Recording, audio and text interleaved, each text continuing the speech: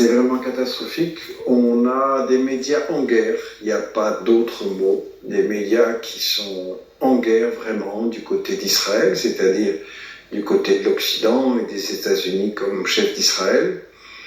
Et ça s'est manifesté dès le premier jour par Hamas terroriste. Israël a le droit de défendre sa population, c'est-à-dire tout un langage justement Israël riposte, Israël fait des représailles, ce qui en réalité est complètement faux et nie toute l'histoire. Ça fait plus de 70 ans que Israël attaque les Palestiniens, vole leur territoire, détruit leurs maisons, leurs champs, envoie des prisonniers politiques sans jugement en prison pendant des dizaines d'années parfois, tue les enfants, les met en prison, viole absolument toutes les règles du droit international et des droits humains, et Israël est présenté comme la démocratie qui se défend face aux terroristes. Donc ça n'a rien à voir avec du journalisme.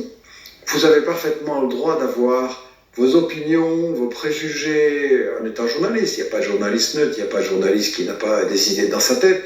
Mais à ce point-là, on est vraiment dans une propagande de guerre, dans une guerre de propagande, c'est pas de l'info. Et la meilleure preuve, c'est que ce qu'on appelle les mainstream, les médias dominants, refusent tout débat.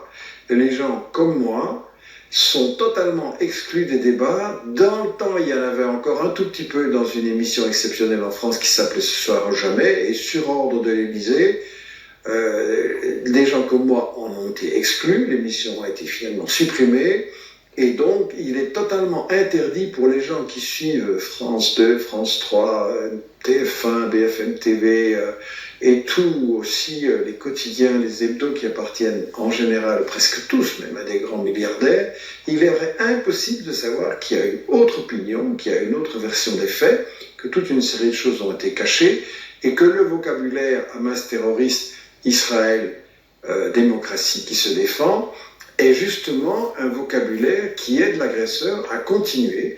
Et maintenant, on parle de milliers de victimes civiles à Gaza. Il faut avoir la clarté, le courage de dire que ces victimes sont aussi victimes des médias français. Parce que si les médias français dominants disaient la vérité sur ce qui se passe, les gens seraient beaucoup plus nombreux encore dans la rue, diraient à leurs politiciens « je ne vote plus pour vous si vous continuez à soutenir la préparation d'un génocide ». Et donc, voilà, ils ont une énorme responsabilité.